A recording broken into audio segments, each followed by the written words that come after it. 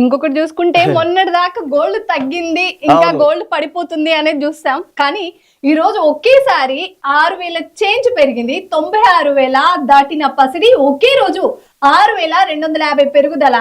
96,450కి చేరిన 10 గ్రాముల ధర సరికొత్త ఆల్ టైమ్ రికార్డ్ స్థాయి. ఇది 95,500కు చేరుకున్న కిలో వెండి. అమెరికా చైనా వాణిజ్య యుద్ధ ప్రభావం చెప్పొచ్చు. ఎందుకంటే మొన్న ట్రంప్ ఏవైతే సుంకాలు విధించారో, అన్ని దేశాల్లో పన్నులు విధించారో, ఆ పన్నుల ప్రభావంతో అటు స్టాక్ మార్కెట్ లో కుప్పకుల్ని, అదే స్థాయిలో బంగారం కూడా ధరలు కూడా పతనమవుతూ వచ్చాయి.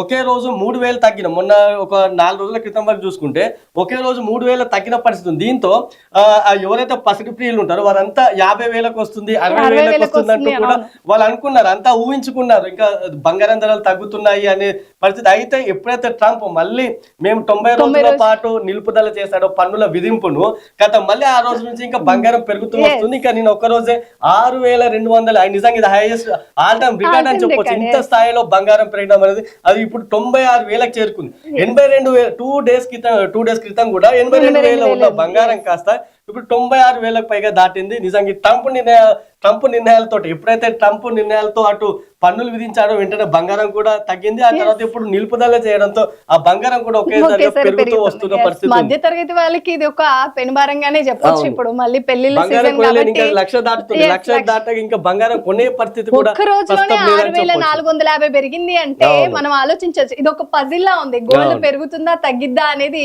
ఒక సస్పెన్స్ గా ఉంది.